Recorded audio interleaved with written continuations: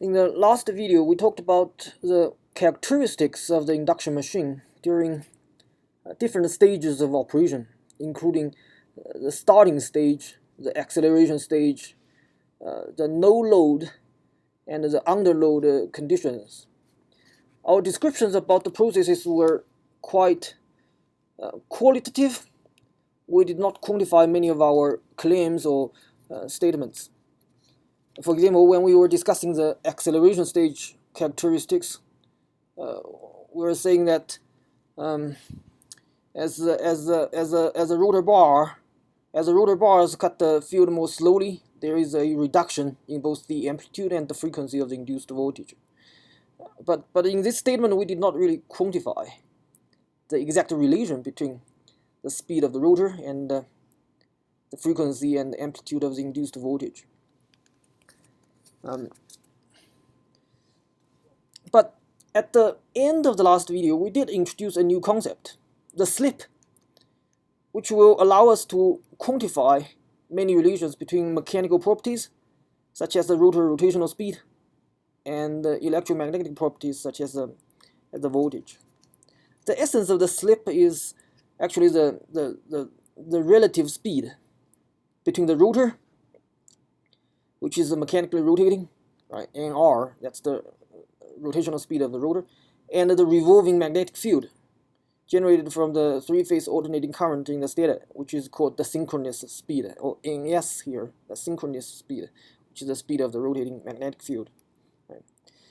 In the definition of the slip, this relative speed is normalized using the synchronous speed, and in this video, we will see the convenience in using such a normalized relative speed instead of the relative speed itself. Right? It's really convenient to define slip this way with the normalization factor that's given by the synchronous speed, actually.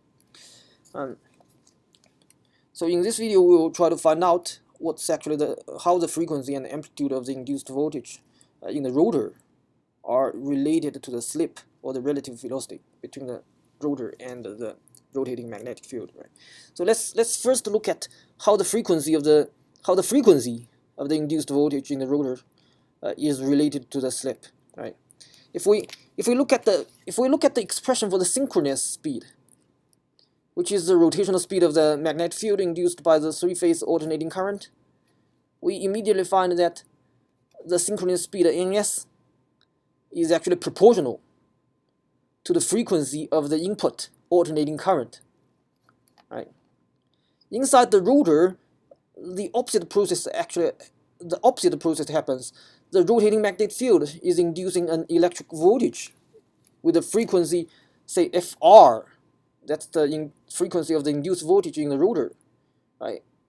And this process, right? This magnetic field inducing an electric voltage. This process is due to the Faraday's law, right? That was the Faraday's law. Right.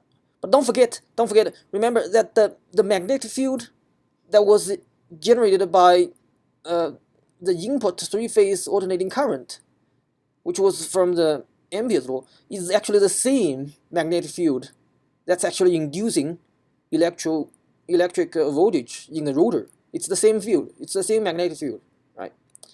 So the number of poles the number of poles is not changing, right? It's the same poles, right?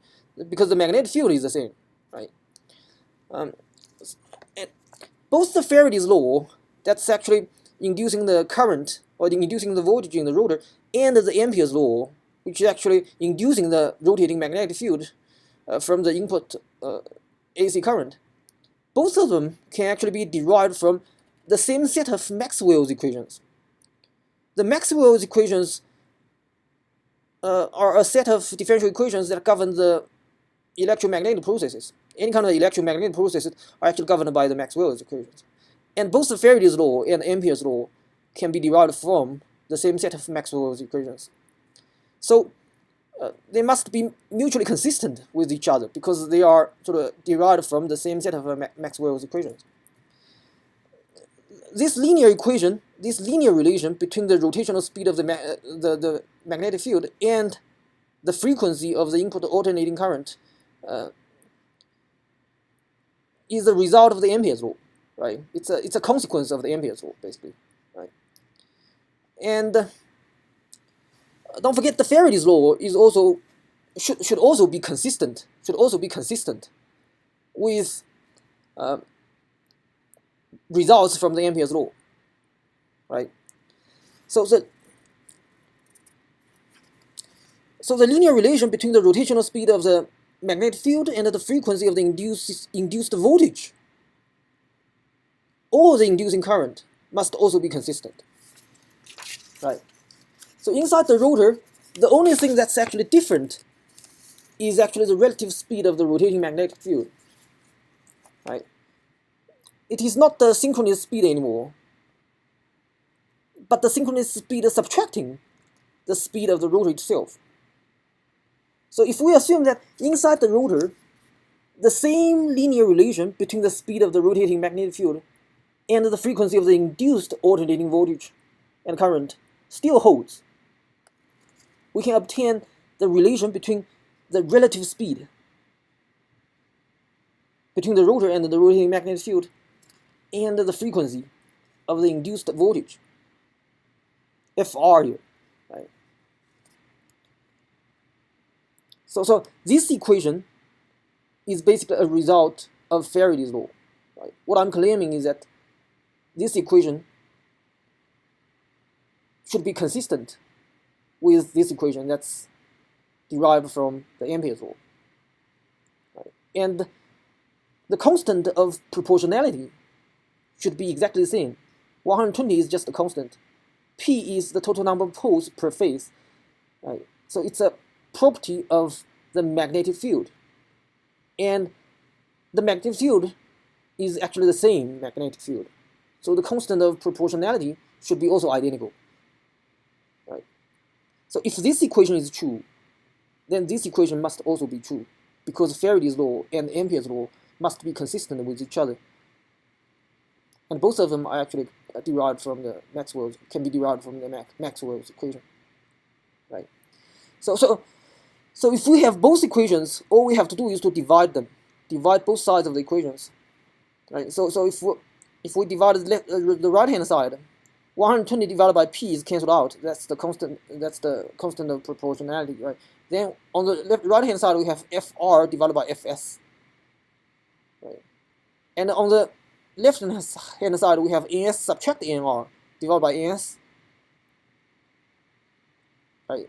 Ns subtract Nr divided by Ns. That's exactly the speed. That's exactly the slip. That's the definition of slip, right? So we now have an equation for Fr and Fs, right? So Fr actually equals to the slip multiplying the frequency of the input three-phase alternating current. That's Fs, right? So now let's examine the amplitude of the induced voltage. So back in video 14, when we were discussing the Faraday's law, we looked at the voltage induced in a stationary conductor, right? What we found is that the induced voltage is actually proportional to the relative linear speed between the rotating magnetic field and the stationary conductor, V here, right? In this example, we're assuming that the magnetic flux density B is constant, at least within a very short, a very small time interval, delta t, in which, during which the magnetic field actually rotates past the cross-sectional area of this stationary conductor bar, right? Inside the induction machine, the magnetic field created by the stator is much more complex than the magnetic field used in this particular example. And both the magnetic field and the conductor bars on the rotor are rotating. So in this case, the conductor bar is stationary and the magnetic field is actually rotating, right? But in the induction machine, both of them are actually rotating, right? But as long as the revolving magnetic flux is stable, which means that aside from its spatial rotation, there are no other changes to it, right?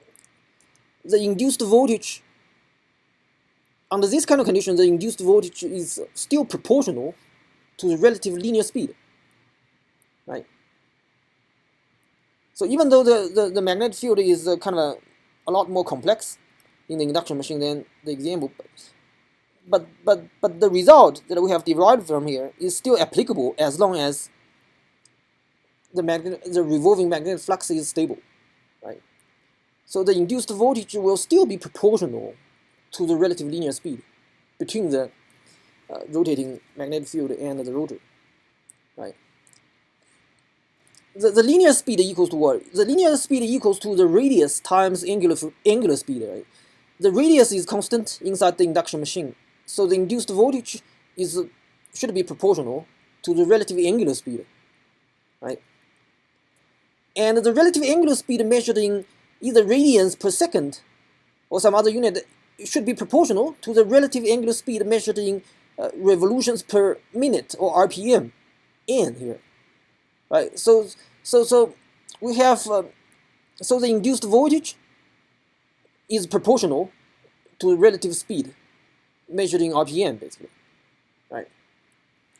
So that's what we can actually say from a simplified example, right? So now let's introduce the open circuit voltage, or EOC, which can be measured for any induction machine. So this is a quantity that you can actually measure for any. If you are given an induction machine, you can actually try to measure it, right? It's called open circuit voltage in rotor. Right? It is a measurable quantity, and the open circuit voltage is sort of the induced voltage inside the rotor when the end rings of the rotor are open. So if you open the end rings, then the conductor bars in the rotor are no longer short-circuited. Right? Under this kind of situation, there is no induced current inside the rotor bars, because the two ends of the rotor bars are not, the two ends of the conductor bars are not connected. So there is no current inside of the rotor. Right? If there's no current, then there's no induced Lorentz force. If there's no Lorentz force, there's no torque acting on the rotor. So in the open circuit condition, there's only a voltage in the rotor, and the rotor is not gonna. If the rotor is stationary at the beginning, then it will remain stationary under the open circuit condition. So the relative speed between the rotating magnetic field and the rotor is actually the synchronous speed ns, right? So the open circuit voltage should be proportional to the synchronous speed, right? Because voltage should be proportional to, induced voltage should be proportional to the relative speed, right? And here, in the open circuit condition, the induced voltage EOC should be proportional to the relative speed. Relative speed is ns, actually, right? Because the rotor is not moving, rotor is not rotating, but the magnetic field is rotating at ns, right? So relative speed is ns. So EOC should be proportional to ns. Right? Now, after we have finished measuring the open circuit voltage EOC, let's put the end rings back so that the induced voltage can create a current inside the rotor bars. As soon as there is a current flowing, there will be induced Lorentz force and torque on the rotor, and the rotor will start rotating. Right? Suppose the rotor speed is nr, right? That's the rotor speed nr, right? And then the relative speed between the magnetic field and the rotor is just the ns subtract the nr, right? That's the relative speed. So the induced voltage inside the rotor, nr, that's the voltage in the rotor, right? So it's going to be proportional to the relative speed, ns subtract the nr, right?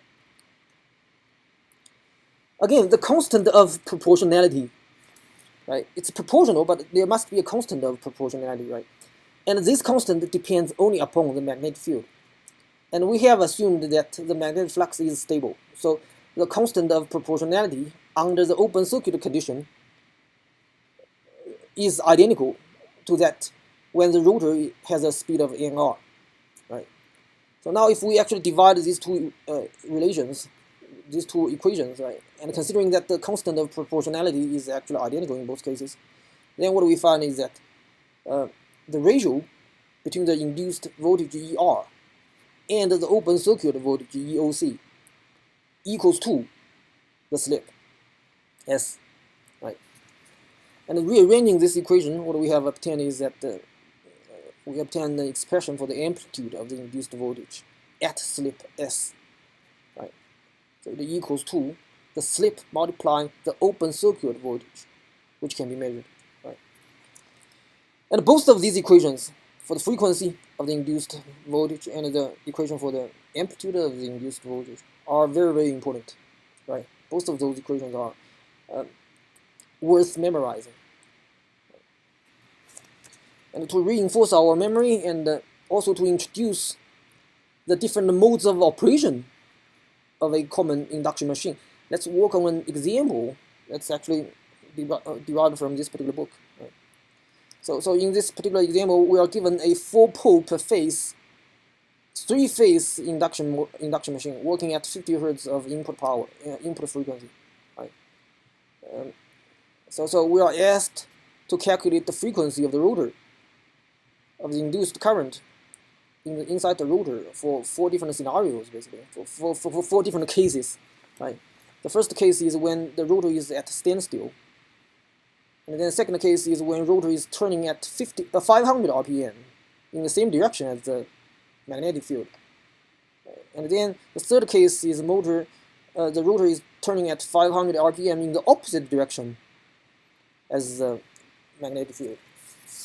And the fourth case is when the rotor is turning at 2000 RPM in the same direction as the field. Right? So to solve this particular problem, let's first calculate the synchronous speed for this particular induction machine. We have 4 poles per phase, so capital P equals to 4, right? And then the input power has a frequency of 50 Hz, so Fs equals to 50. Right? And then if we do the calculation, then the synchronous speed is 1500 RPM, basically, right? 1500 RPM. Now let's do the work on the first case at standstill, right? If the rotor is not moving, then the rotor speed is 0 RPM. So the relative speed nr equals to 0 RPM, right? And then the relative speed n subtract nr is just the synchronous speed 1500 subtract 0, divided by the synchronous speed 1500. So the slip equals to 1. Slip is unity, right? And then the induced frequency, the frequency of the induced voltage in the rotor, Fr equals to S times the slip times Fs, right? Slip equals to 1, so Fr equals to Fs, so it equals to 50 Hz, right? When the rotor turns at 500 RPM in the same direction as the magnetic field, the relative speed between the rotating field and the rotor is n subtract nr.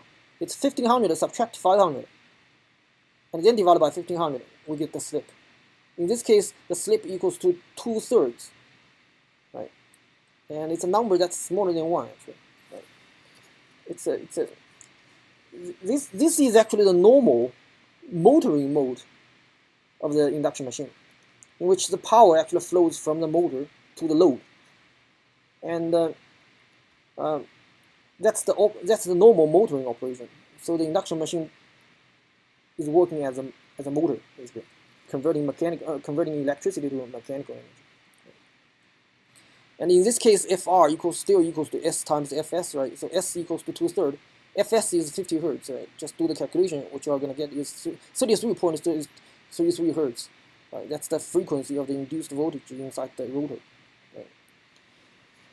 There's no surprise here. So everything is normal. Right? But if the rotor actually turns in the opposite direction of the magnetic field, right, it turns at 500 RPM in the opposite direction of the field. In this case, nr, the rotor speed, is going to be a negative number. It's going to be a negative number. So the relative speed between the rotor and the magnetic field is the synchronous speed. It's not subtracting 500 anymore. It's plus 500, right? Because it's in the opposite direction, right? So the relative speed is no longer 1500 subtract 500. It's 1500 plus 500, and then divided by 1500, the synchronous speed. In this case, the slip is 4/3, and it's a number that's larger than 1, right? So when rotor is actually rotating in the opposite direction as the field, the induction machine is actually working in the so-called braking mode. Right? It's the braking mode of the induction machine. And under this scenario, the rotor is working as a brake. Right? So that's the braking mode of the induction machine. And now finally, if the rotor turns in the same direction as the magnetic field, but at a speed that's even larger than the synchronous speed, right? Then what's going to happen, right? So ns equals to 1500, right? But nr, it's in the same direction as ns, but it's larger than ns. It's 2000 actually. Right? So 1500 subtract 2000, that's minus 500, right? So minus 500 divided by 1500 gives you a slip of minus one third, which is a number that's smaller than 0. Right? And if you actually bring this slip into this equation for the frequency of the induced voltage in the motor, in the rotor, then you get a negative frequency, minus 16.67 hertz, right? So what exactly does it mean? What the frequency is negative, right? The slip is negative, but what does it mean to have a negative slip and a negative frequency? Right? In later videos, after we have talked about the equivalent circuit of the induction machine, we will see that when the slip is negative, the torque of the machine, the torque of the induction machine is also negative under this particular scenario. Right? It's a negative torque. Right? In the previous video, when we were talking about the motor load system, right? We looked at the 3 different cases. So the last case is when the torque of the motor, Tm, is in the opposite direction of the shaft speed. Right? If that's the case, then power actually flows from the load to the motor. And the motor is actually acting as a generator. In this case, it's not a motor, it's a generator. Right? So when the slip is negative, the torque of the induction machine is negative, which means that the torque of the induction machine is in the opposite direction of the shaft speed. So the induction machine in this kind of situation is acting as a generator. So when slip is negative, the induction machine is acting as a generator, right? And all this will become clear when we actually look at the torque as a function of the slip, right? So now we can talk about the different modes of operation of the induction machine in terms of the slip, basically, right? Here the horizontal axis. The horizontal axis is the rotor speed. So there's no physical quantity associated with the vertical axis yet. Right. After we have talked about the equivalent circuit, the vertical axis will become the torque, basically. Right. So when rotor speed is 0, rotor is not turning, which is a standstill scenario in case 1 of our example, right? The slip is unity. Right.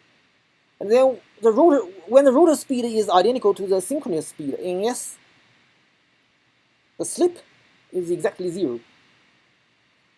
Right.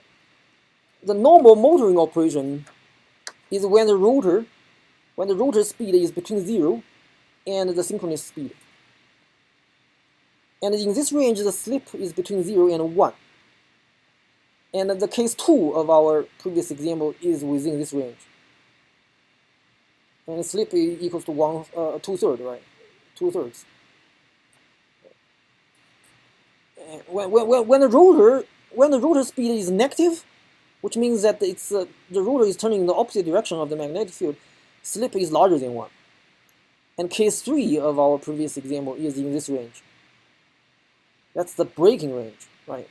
In this particular range, the induction machine is working as a brake. Right? And finally, when the rotor speed is larger than the synchronous speed, right? This particular range, the slip becomes negative.